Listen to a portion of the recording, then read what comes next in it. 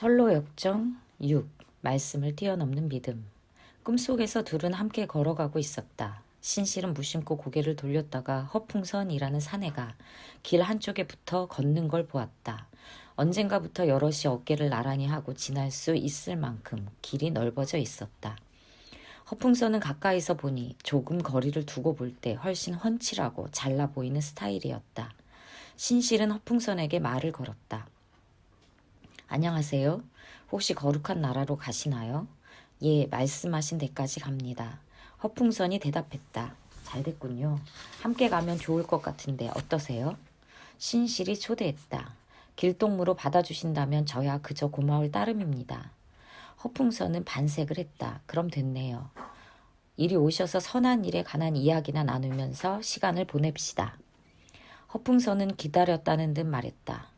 선한 일에 관해 대화하는 게 얼마나 유익한지 알고 계신 분들과 만나게 돼서 말할 수 없이 기쁩니다. 솔직히 말해서 요즘 같은 세상에 누가 여행을 하면서 선한 일을 화제로 삼아 의견을 주고받으며 시간을 보내려 하겠습니까? 그저 쓸데없는 소리나 하면서 세월을 낭비하기 일쑤죠.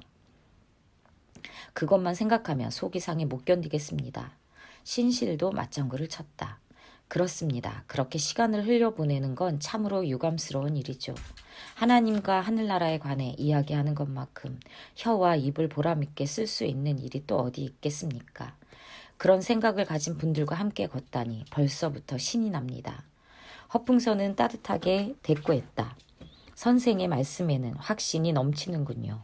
굳이 덧붙이자면 하나님의 일을 두고 대화할 때만큼 유익하고 유쾌한 게 없습니다. 아울러 역사나 사물의 신비, 기적, 표적과 경이로운 사건들을 알고 싶으면 성경을 봐야 합니다. 그만큼 멋진 기록을 담고 있는 책은 다시 없을 테니까요. 신실은 열심히 고개를 끄덕였다. 그렇고 말고요. 하나님의 역사를 더듬는데 신경을 써가며 이야기를 나눠서 대화를 통해 유익을 얻으려는 소망을 품어야겠지요. 허풍손도 무릎을 치며 거들었다. 동감입니다. 이득으로 치자면 그런 대화가 단연 으뜸이죠. 세상 일은 다 헛되며 하늘의 것을 구하는 게 유익하다는 따위의 깨달음을 얻을 수 있거든요. 구체적으로 말해서 반드시 거듭나야 한다든지 인간의 행위로는 충분치 않다든지 그리스도의 의를 덧입을 필요가 있다든지 하는 지식을 이야기를 나누는 사이에 자연스럽게 배울 수 있다는 겁니다. 그뿐이 아닙니다.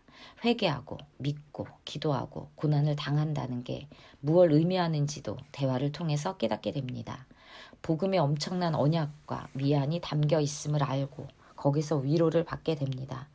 더 나아가서 그릇된 견해를 반박하고 진리를 지키며 무지한 이들을 가르치는 법을 익힐 수 있습니다.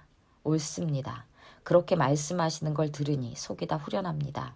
신실이 말했다. 허풍선은 거침없이 말을 이어갔다. 이런 일들을 자주 나누지 않으니까 믿음이 대단히 중요하며 영원한 생명을 얻기 위해서는 10년 가운데 은혜의 역사가 일어나는 게 필수적이라는 사실을 아는 이들이 그토록 드문 겁니다. 아무것도 모른 채 율법의 지배를 받으며 사는 이들이 얼마나 많은지 모릅니다. 율법으로는 아무도 하나님의 나라를 소유할 수 없는데도 말입니다. 그렇기는 하지만 하나님 나라를 아는 지식은 주님의 선물입니다. 부지런히 노력하거나 거기에 관해 이야기한다고 해서 얻을 수 있는 게 아닙니다. 신실이 덧붙였다. 잘 알고 있습니다. 허풍선이 부드럽게 응수했다. 하나님이 주시지 않으면 아무것도 받을 수 없으니까요. 결국 모든 게 행위의 결과가 아니라 주님의 은혜가 아니겠습니까? 이러한 사실을 뒷받침하고 있는 성경 말씀을 찾자면 적어도 100개는 될 겁니다. 그러면 이제 무슨 얘기를 하면서 시간을 보내는 게 좋을까요? 신실이 물었다. 뭐든지 내키는 주제를 골라보세요. 허풍선은 흔쾌히 말했다. 하늘나라의 일이든 세상 일이든 도덕적이든 복음적이든 거룩하든 불경스럽든 과거든 미래든 국내의 일이든 외국의 문제든 중요하든 사소하든 유익하기만 하면 무엇이든 난 상관없습니다. 허풍선의 말에 깊이 매료되기 시작한 신실은 몇 걸음 따로 떨어져 걷고 있는 크리스천에게 다가가 속삭이듯 말했다. 참으로 훌륭한 길벗을 만난 듯합니다. 대단한 순례자가 될 것 같지 않습니까? 얘기를 듣고 난 크리스찬은 빙글에 미소 지으며 말했다.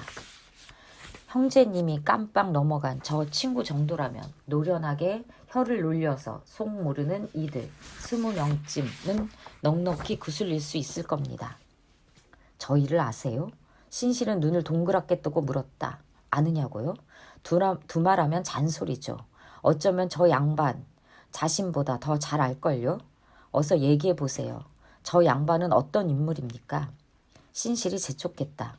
크리스찬은 설명을 시작했다. 허풍선이라는 친구입니다. 우리랑 같은 지역 출신인데 저 양반을 처음 본다니 놀랍군요. 하긴 우리가 살던 도시가 좀 커야 말이죠. 어느 댁 자제지요? 구체적으로 어느 동네에 살았어요? 신실은 연달아 질문을 쏟아냈다. 허달변이란 자의 아들이고 주저리가에 살고 있어요. 거기 가서 허풍선을 찾으면 삼척동자도 다 알아요. 말은 그럴싸하지만 됨됨이는 형편없는 인간이죠. 그렇군요. 아주 점잖은 양반인 줄 알았는데 신실은 입맛을 다셨다. 크리스찬은 쐐기를 박았다. 실체를 모르는 이들로서는 그럴 수밖에 없겠죠. 멀리 떨어진 동네에선 더할 나위 없이 훌륭하게 처신하지만 집 근처에선 그런 망나니가 없어요. 형제님이 저 친구한테 깊이 감동을 받고 썩 괜찮은 인물로 생각하는 걸 보니까 멀리서 보면 아주 매력적인데 가까이 다가서면 조잡하기 짝이 없었던 어느 화가의 그림이 떠오르는군요. 웃음기가 입가에 가득하시네요. 괜히 하시는 말씀 아닙니까? 도저히 믿어지지 않는다는 듯 신실이 물었다. 크리스찬은 펄쩍 뛰며 대답했다. 미소를 지은 건 사실이지만 누굴 헐뜯는 건 하나님이 기뻐하시는 일이 아닙니다. 근거 없이 욕하는 게 아닙니다. 저 친구의 진짜 됨됨이를 알 수 있는 얘기를 하나 더 들려드리죠. 허풍선은 누구와도 동행이 되고 무슨 얘기든 다 할 수 있는 작자입니다. 지금 형제님에게 했던 말을 주점에서 술을 마시면서 똑같이 하고도 남을 인간이라는 말입니다. 들이키면 들이킬수록 더 말이 많아지겠죠. 마음에도 집에도 대화 속에도 신앙이 깃들 여지는 없습니다. 모든 게 그저 말뿐입니다. 신앙도 쉴 새 없이 주절거릴 때나 입에 올릴 겁니다. 맙소사. 그렇다면 내가 깜빡 속아 넘어갔던 셈이군요. 신실이 탄식했다. 그렇습니다. 형제님은 조금 더 의심하지 않고 철석같이 믿었을 겁니다. 그들은 말만 하고 행하지는 않는다고 한 말씀을 기억하십시오. 하지만 하나님 나라는 말에 있지 아니하고 오직 능력에 있습니다.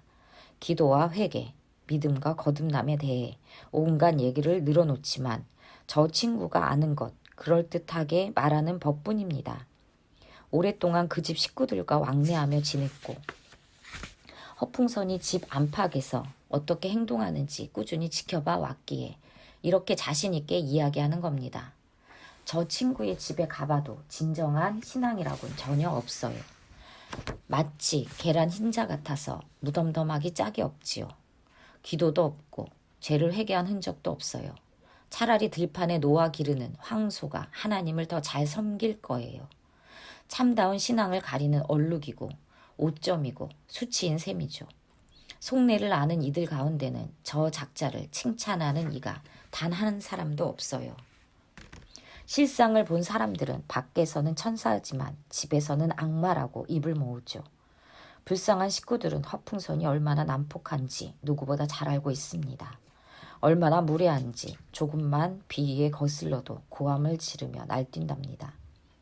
집안에서 부리는 일꾼들에게도 공연히 제 몫을 못한다느니 말 한마디 제대로 할 줄 모른다느니 드자비를 하기 일쑤라더군요. 다만 얼마라도 돈거래를 해본 이들은 사기꾼과 동업을 하는 편이 낫다고 혀를 찹니다. 살살 꼬드겨서 재물을 빼내가는 재주라면 허풍선이 협작꾼보다 더 악독하고 흉악범보다 훨씬 뛰어나답니다. 더 끔찍한 점은 이 작자가 자식들을 자기랑 똑같이 키우고 있다는 거예요. 아들, 딸 가운데 누구라도 따뜻한 마음을 품으려는 기색이 보이면 멍청이, 돌대가리라고 부르고 고래고래 욕설을 퍼부으면서 다른 아이들 앞에서 망신을 주곤 하죠. 내가 보기엔 남들에게 딴죽을 걸고 넘어뜨리는데 사악한 삶, 전제를 바친 게 아닌가 싶어요. 말씀을 들으니 생각이 달라집니다. 신실이 말했다.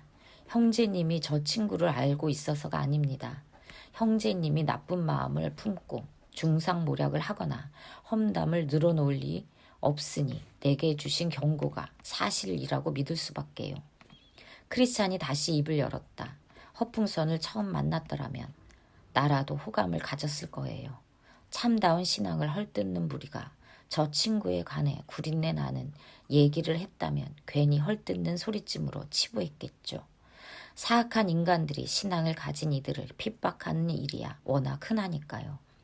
하지만 내 두 눈으로 똑똑히 본 데다가 훌륭한 그리스도인들의 한테서까지 저자와 얽힌 수치스러운 소문을 들은 터라 이처럼 한 점 망설임 없이 못된 인간이라고 말할 수 있는 겁니다.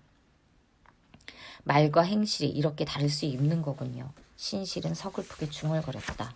앞으로는 말과 행동의 차이를 더 주의 깊게 살펴야겠어요. 다르다 마다요. 크리스찬은 단호하게 말했다. 영혼과 몸이 제각각인 거나 마찬가지죠.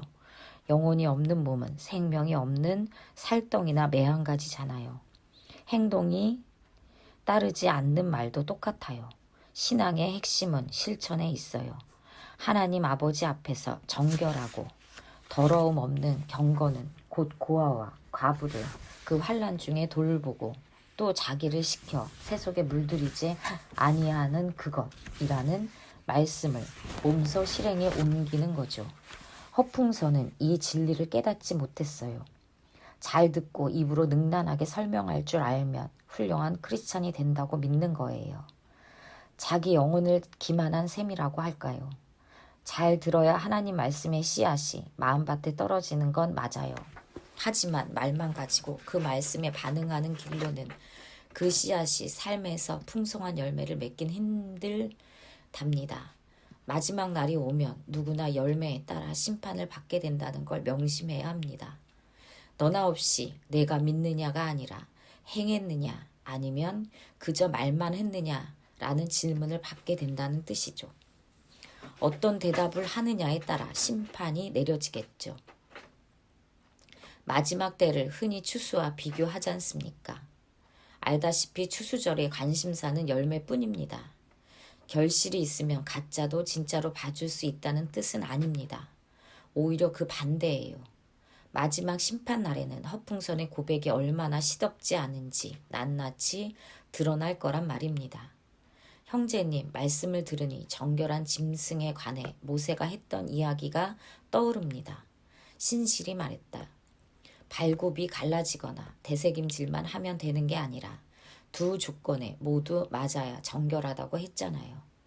토끼는 되새김질을 하지만 발굽이 갈라져 있지 않으니 부정하죠. 허풍선도 비슷해요. 지식을 쫓아서 말씀을 되새김질 하지만 발굽이 갈라져 있지 않아요. 다시 말해서 죄인의 길에서 갈라서지 않았다는 얘기죠. 토끼가 그런 것처럼 저 양반도 개나 곰과 같은 발을 가졌으니 당연히 부정할 수밖에요. 개인적인 판단입니다만 복음서의 본문을 제대로 보셨다는 생각이 듭니다. 크리스찬이 단언했다. 덧붙이자면 바울은 말만 잘하는 이들을 일컬어 울리는 징이나 요란한 꽹과리와 다름없다고 했어요. 생명 없는 것이 소리를 낼 뿐이라고 지적한 적도 있어요. 방언이나 천사의 말처럼 들리기는 하지만 그 안에 생명이 없어요. 참다운 믿음도 복음의 은혜도 없는 거죠. 결국 이들은 생명의 자녀들과 더불어 하나님 나라에 살지 못하게 됩니다. 그렇군요. 처음 말을 섞을 땐 몰랐는데 지금은 아주 넌덜머리가 납니다. 어떻게 해야 저 녀석을 떨쳐버릴 수 있을까요? 신실은 몸서리를 쳤다. 내가 일러드리는 대로 해보세요. 하나님이 저 친구의 마음을 어루만져서 바꿔주시지 않는 한 저편에서도 형제님과 함께 가고 싶어 하지 않게 될 거예요. 크리스찬이 제안했다. 어떻게 할지 말씀해 주세요. 신실이 부탁했다. 가서 신앙의 능력에 관해 진지한 토론을 시작하세요. 백이면 백, 허풍선은 맞장구를 치고 나설 겁니다. 그런 마음에서 가정에서, 행동에서 그 능력이 진정으로 역사하고 있는지 단도직입적으로 물어보세요. 신실은 반대쪽으로 가서 다시 말을 걸었다. 좀 어떠세요? 아주 좋아요. 고맙습니다. 허풍선이 대답했다. 이제 정말 멋진 얘기들을 나눠볼까요? 신실이 제안했다. 괜찮으시다면 대화를 계속하죠. 아까 말을 맺으면서 나더러 마음껏 화제를 정해보라고 하셨죠. 평소에 궁금하던 문제가 있었어요. 누군가 구원해 주시는 하나님의 은혜를 마음에 품고 있다면 그게 어떻게 밖으로 드러날 수 있겠습니까? 무슨 말씀인지 알겠습니다. 허풍선이 나섰다. 능력에 관해 이야기해보고 싶다는 말씀이죠. 아주 좋은 질문입니다. 거기에 답을 드릴 수 있어서 참 기쁘군요. 간단히 핵심만 얘기하겠습니다. 첫 번째, 하나님의 은혜가 마음속에서 역사하기 시작하면 반드시 죄와 격렬히 충돌하게 마련입니다. 둘째로, 신실은 말을 막고 나섰다. 잠깐만요. 선생님의 말씀을 한 번 더 짚어봅시다.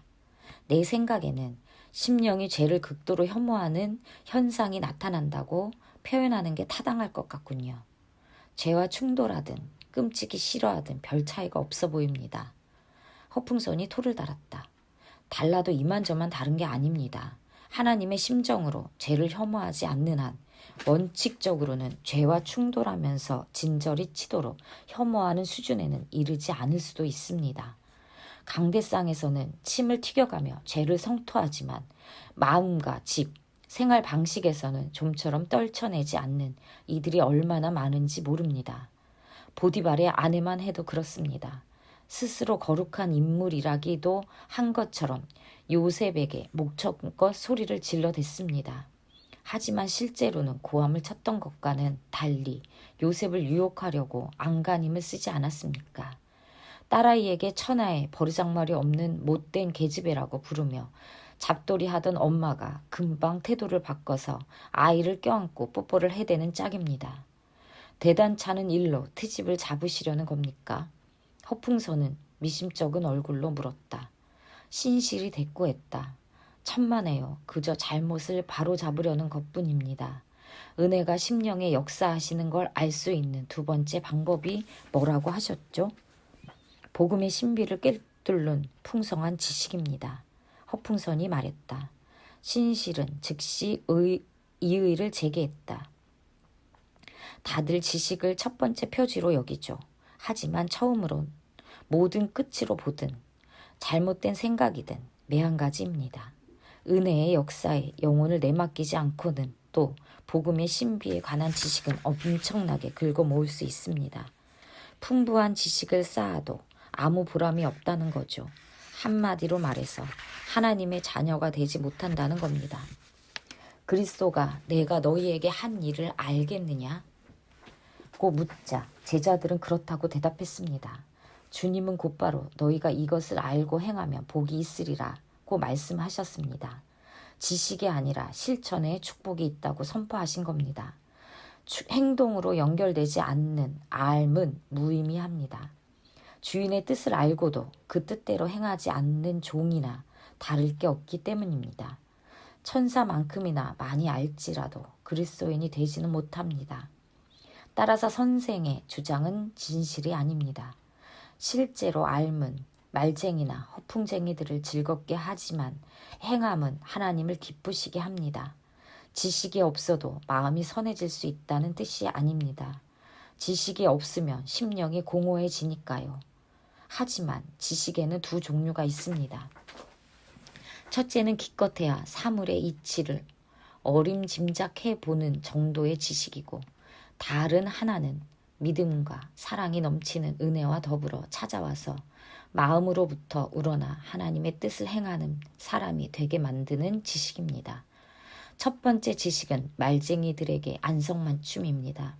하지만 진정한 그리스도인이라면 지식이 성실한 실천으로 이어져서 하나님을 기쁘시게 할 때까지 결코 만족할 수 없을 겁니다. 나를 깨우쳐 주십시오. 내가 주님의 법을 살펴보면서 온 마음을 기울여서 지키겠습니다. 라는 고백을 잃지 않는다는 말이죠. 허풍선은 불쾌한 감정을 숨기지 않았다. 교양업계실이 또 생트집을 잡으시는군요. 그건 그렇다 치고 하나님이 베푸시는 구원의 은혜가 마음에 역사하시는 걸 알 수 있는 또 다른 길이 있다고 보십니까? 신실은 다그치듯 물었다. 간둡시다. 말해봐야 또 트집이나 잡을 거면서. 못하시겠다면 내가 한 말씀 드려도 되겠습니까? 그러시던가 뭐든지 얘기해 보시구려. 허풍선이 심드렁하게 말했다. 신실이 설명을 시작했다. 심령에서 일어나는 은혜의 역사는 그 은총을 품고 있는 이뿐이 아니라 주위에서도 다 알 수 있을 만큼 밝히 드러납니다. 하나님의 은혜가 제대로 역사하면 때 묻은 본성과 불신을 자각하게 되면서 스스로 죄인이라는 뼈아픈 의식이 생깁니다. 예수 그리스도를 믿고 하나님의 손에서 자비를 찾지 못하면 지옥에 갈 수밖에 없다는 사실을 깨우치는 거죠. 마음속에 이처럼 새로운 깨달음이 자리 잡으면 곧 죄에 대한 아픔과 부끄러움이 밀려오지만 그게 끝은 아닙니다. 곧이어 세상을 구하러 오신 구세주를 분명하게 의식하고 그분께 매달려 생명을 얻어야 한다는 절대적인 필요성을 감지하기에 이릅니다. 그렇게 해서 주님을 단단히 붙잡는 순간 새로 깨어난 심령은 말씀에 약속된 그대로 구세주를 향해 점점 더 깊은 허기와 갈증을 느끼게 됩니다. 이제 구세주를 믿는 믿음이 강하고 약함에 따라 세상에서 누리는 기쁨과 평안, 거룩함을 사모하는 마음, 주님을 더 알고자 하는 열망, 오로지 그분만을 섬기려는 마음의 깊이가 달라집니다. 죄인들도 어렴풋이나마 은혜의 역사를 알아본다고 말씀드렸습니다만 그렇다고 해서 금방 이게 바로 은총의 힘이구나 라고 판단하기는 거의 불가능합니다. 성품은 세상에 속해서 철저히 더러워졌고 이성 역시 한결같이 불완전할 수밖에 없으므로 내면에서 일어나는 역사를 잘못 판단할 가능성이 아주 높습니다. 그러므로 이러한 은혜를 받아 가진 이들에게도 건전한 판단력이 반드시 필요합니다. 그래야 이것이 은혜의 역사라고 확실하게 결론 지을 수 있기 때문입니다. 은혜의 역사는 대개 이런 방식으로 다른 이들에게 드러납니다. 첫째로 그리스도를 믿는다는 고백입니다. 둘째로 그 고백에 합당한 삶입니다. 구체적으로 말하자면 경건한 마음, 경건한 가정, 세상과 확연히 구분되는 말과 행실 따위를 통해 표현되는 거룩한 삶입니다. 죄, 그리고 그 죄를 저지르고 있는 자신을 혐오하는 사람은 집안에서 잘못을 범하지 않도록 자신을 다스리며 세상에 나가서도 거룩한 성품을 드러냅니다. 위선자나 말쟁이들처럼 입으로만 그러는 게 아니라 말씀의 능력에 힘입어 믿음과 사랑 안에서 경건한 삶을 실천해 보이는 겁니다. 은혜의 사역과 그 역사가 진실한 그리스도인의 삶에 어떻게 나타나는지 간략하게 이야기했습니다. 달리 하실 말씀이 없다면 두 번째 질문을 드리겠습니다. 허풍선은 한풀 꺾인 목소리로 말했다. 내 몫은 토를 다는 게 아니라 잠자코 듣는 쪽인 것 같습니다. 자, 두 번째 질문을 해보시죠. 신실은 말을 이었다. 여태 말씀드린 일들을 실제로 경험해 본 적이 있습니까? 선생이 알고 있는 진리가 삶과 행동으로 나타나고 있나요? 아니면 마음에 품은 신앙을 몸으로 입증해 보이지 못하고 그저 말에 그치는 수준인가요? 대답하시려거든 부디 하나님께서도 아멘이라고 말씀하실 만한 이야기를 하도록 신경을 써 주십시오. 양심에 거리끼는 말은 아예 꺼내지도 마세요. 성경에도 참으로 인정받는 사람은 스스로 자기를 내세우는 사람이 아니라 주님께서 내세워주는 사람이라고 기록되어 있으니까요. 행실로 드러나는 모습과 이웃들의 평가는 전혀 딴판이지만 어쨌든 난 이러저러하게 믿습니다 라고 얘기하는 건 구역질 나는 것입니다. 허풍선은 시뻘겋게 달아오르는 낯빛을 재빨리 감추며 대꾸했다. 이제는 경험한 양심, 하나님까지 들먹이는군요. 그분께 기대어 여태 했던 얘기를 합리화해 볼 셈인가요? 이건 내가 기대했던 식의 대화가 아니에요. 그따위 질문에는 대답하고 싶지 않습니다. 그쪽이 교리교사 노릇을 집어치우지 않는 한 거기에 답할 의무가 없다고 생각해요. 자기가 무슨 선생이라도 되는 줄 아는 모양인데 댁을 내 재판관으로 삼고 싶은 마음은 눈꼽만큼도 없어요. 하지만 왜 나한테 그따위 질문들을 퍼붓는지는 궁금하네요. 신실은 한 점 망설임 없이 대답했다. 선생을 보면 말을 하고 싶어서 몸살이 난 것처럼 보이는데 과연 그 말을 뒷받침할 무언가가 있는지 아니면 그저 말이 전부인지 알고 싶어서요. 아무것도 감추지 않고 다 말씀드리자면 댁에 대한 이야기를 듣기도 했고요. 말뿐인 신앙을 가졌으면 입으로 고백하는 내용과 행동은 180도 다르다고들 하더군요. 그리스도인 흉내를 내고 있지만 실제로는 하나님을 모독하는 꼴이라는 말도 있었어요. 대개 경건치 못한 행실 때문에 참다운 신앙인들까지 욕을 먹는다는 거죠. 선생의 그릇된 행실 탓에 이미 실족한 이들이 적지 않고 댁을 본받아 망하기 직전까지 몰린 이들도 수두룩하다던 걸요. 술집, 탐욕, 부정, 하나님을 욕되게 하는 말, 거짓말, 나쁜 친구들을 비롯해서 갖가지 고약한 것들과 뒤범벅이 되어 지낸다는 얘기도 들었습니다. 미꾸라지 한 마리가 온 물을 다 흐린다는 얘기가 헛말이 아닙니다. 그게 사실이라면 선생은 진심으로 신앙을 고백하는 그리스도인들에게 부끄러운 줄 알아야 할 거예요. 남들이 짓거리는 그따위 말에 쉬 넘어가서 남을 함부로 판단하는 걸 보니 애당초 나쁜 뜻을 품고 있었거나 속이 베베 꼬인 양반인 모양이구려. 깜냥이 안 되는 상대와 말 섞을 필요가 없을 터 이만 헤어집시다. 잘 가시오.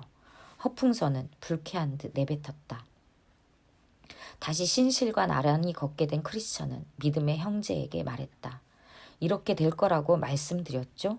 형제의 말과 허풍선의 정욕은 절대로 어울릴 수가 없어요.